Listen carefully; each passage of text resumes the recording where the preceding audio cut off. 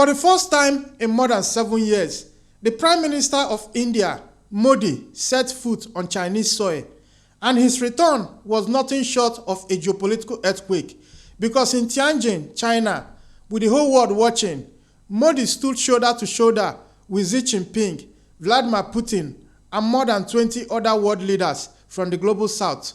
Make no mistake, this wasn't just another summit. This was the biggest power shift since the end of the Cold War. The official name was the 25th Shanghai Cooperation Organization Summit, but you can forget about that boring title. Think of it as a defiant meeting of nations who are sick and tired of taking orders from Washington, sick of the IMF's debt traps, and completely fed up with the West double standards. Because those viral photos you've been seeing trending on social media of Modi laughing with Xi Jinping and Putin, they weren't just for social media, they were a signal that the global south is closing ranks, that a multipolar world isn't just talking points anymore, it's happening now in real time. Because the last time Modi was in China, the headlines were all about border clashes and bad blood. But this time around, it's all about partnership, trade, and building a new world order. So the real question is Africa watching this? Because the global map is being redrawn, and this time, the pen is in the hands of the global south. Because while Western media are underreporting or misinforming their audience about this historic event, leaders representing nearly half of the planet gathered for the biggest meeting of the SCO's history. They didn't just talk, they laid the foundation for a parallel system, a new economic and political reality built to run without the West. This wasn't random. It was a direct answer to years of being pushed around, sanctioned, and lectured. It was the result of huge mistakes made in Washington, from weaponizing the dollar to weaponizing trade. The world order as we know it is being rewritten. And the question for us in Africa, are we paying attention? Because today, we are going to break down what really happened in Tianjin, China. How two American presidents, Donald Trump and Biden, accidentally built this new alliance and made them stronger. And why this seismic shift represents a historic opportunity for Africa to finally claim its place in the world. Let's get into it. Let's be clear.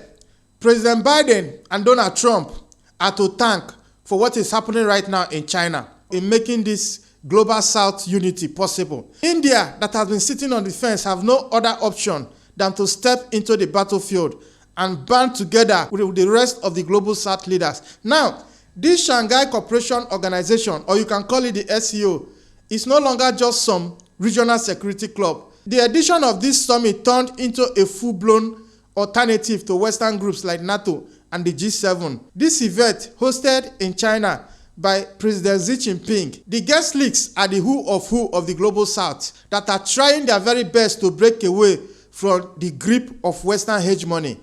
Russia's Putin, India's Modi, Turkey's Erdoğan, and over 20 others. The message was crystal clear. President Xi Jinping's speech was a direct shot at the West, slamming what he called a bullying behavior and a Cold War mentality. Putin backed him up, calling the SCO the engine of a fairer multipolar world order, and flat out said that the old Western models are now obsolete.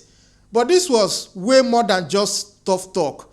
President Xi put his money where his mouth is, pledging $1.4 billion in loans and hitting the accelerator on an SCO development bank. Now, this isn't just another bank. It's the foundation of an independent financial system, an economic escape route for nations tired of being held hostage by the US dollar. What we saw in China this weekend is the birth of a new governance model for the global south, complete with its own economic engine and its own defiant ideology. The West wasn't invited because this new order is being built specifically to exist without them. So while the global south leaders were making deals in closed doors, the real story was being told on social media for everyone to see. The defining images of the summit wasn't some signed document. It was a viral clips of what I call the Tianjin triad: Modi, Putin, and Xi, laughing and hugging together. Now, this was no accident. It was a masterclass in digital diplomacy. India's Prime Minister Modi fired the first shot with a simple post on X, exchanging perspective with President Putin and President Xi. That neutral language was a stroke of genius. It framed them as equal partners in a new global conversation. The post blew up, setting the narrative before Western news outlets could even spin it. Now, the videos that came next went viral across YouTube, Instagram, and TikTok. So how did we get here? How did bitter rivals like India and China end up in a public huge fest with Russia? The uncomfortable truth is, this new alliance has a silent founding father, the United States government. The unity we saw in China was a direct reaction to a series of massive strategic blunders from two different American presidents. First, the Biden administration took the weaponization of the dollar to a whole new level when they froze nearly $300 billion of Russia's central bank assets. It sent shockwaves across the global south. The message was clear: your country's money isn't safe if it's in dollars and you cross America. That single act kicked the global rush to dish the dollar into overdrive. Then came Donald Trump, who weaponized trade itself. He slapped crippling tariffs on everyone, including a massive 50% tariff on Indian goods, partly to punish India for buying Russian oil. This was called a strategic shock in India's economy, and the result, it pushed India, a country the US was trying to win over, directly into a pragmatic embrace with China. The warm handshakes in Tianjin were a direct result of the economic pain being dished out by Washington. America, in its attempt to punish its rivals, ended up creating the very coalition it feared the most, a unified, powerful bloc with one shared goal: ending the US dominance. The most exciting move at the Tianjin summit wasn't political, it was economic. The plan to fast-track the SEO development back is the engine for this new multipolar world. This wasn't just about funding a few roads and bridges. Its real purpose is to create a parallel financial universe, an entire ecosystem that's insulated from the weaponized dollar. Because for decades, the world has run on financial tracks built and controlled by the West: the dollar, SWIFT, the IMF, and the World Bank. If you step out of the line, they can cut you off, just like they did to Russia. This SEO bank, along with similar moves by BRICS, is all about building new tracks. It's about creating systems for countries to trade with each other in their own local currencies, completely bypassing the need for the dollar. The dollarization isn't just talk anymore. It's now a full-blown strategy, because the dollar share of global reserve has already hit a 2-decade low, as countries quietly swap their dollars for gold and other currencies like the yuan. The Tianjin summit was the moment this quiet rebellion went public. They are building an economic escape route, and for nations across Africa that have been trapped in a cycle of debt and dependency, this is a potential game changer. So, why would a summit in China matter so much to us here in Africa? Because Tianjin gives us a powerful blueprint for our own liberation. For decades, we've been told that development can only come through Western-led institutions like the IMF and the World Bank, and it always comes with painful strings attached. The SEO and BRICS are now building a real alternative, a model for South-South cooperation that's about partnership, not imperialism. Just take a look at the push for the dollarization. It's the same struggle we face for economic sovereignty. We lose an estimated $5 billion a year just on currency conversion costs for trade within Africa. Initiatives like the Pan-African Payment and Settlement System, or you can call it PAPS, are designed to stop this bleeding by letting us trade in our own local currencies. The SEO's model could give us the roadmap to speed this up. And beyond money and economy, there is the power of the story.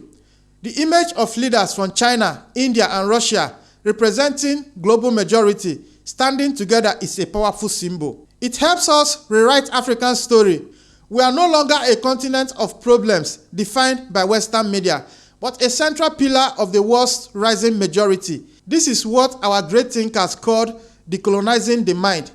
This summit is proof the non-Western bloc can successfully challenge the old order, giving our own institutions like the African Union and other intercontinental organizations the courage to finally forge a truly independent path. Now, Africa have a choice to make, and they have to make it fast because the world is moving at a very fast pace. The Sahel has already made their decision. They no longer want to be in the shadows of Western control.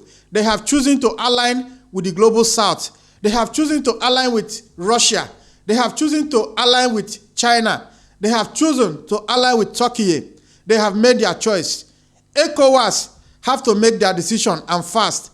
The African Union have to make their decision because the next decade, the next few years ahead of us, we change everything. We change the world as we know it. And Africa have to take a stand. Now, the world is at a crossroad, and so is Africa. The events in Tianjin aren't just distant headlines.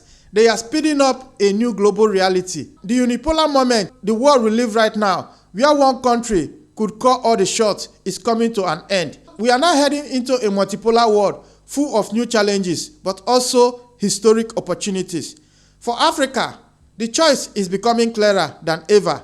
Do we keep going down the path of dependency, relying on the same Western institutions that have failed to deliver real change for over 60 years? Or do we embrace the vision of our great Pan-Africanists like Kwame Nkrumah, who dream for a united, powerful, and self-reliant continent? The rise of the SCO, the expansion of the BRICS, and the defiant stand of the Sahel states prove that new paths are possible.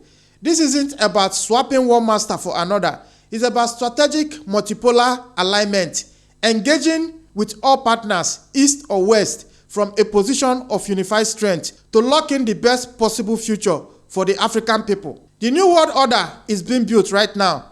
The question now is, will we be the architects of our own destiny within it, or will we just be watching from the sidelines? Now, if you have watched to this point, this is Frontline Africa, where we bring geopolitics and break it down in Africa's perspective. If you like this video, you can drop your thoughts in the comment section and tell us what you feel about this changing world dynamics that is currently happening in Tianjin, China.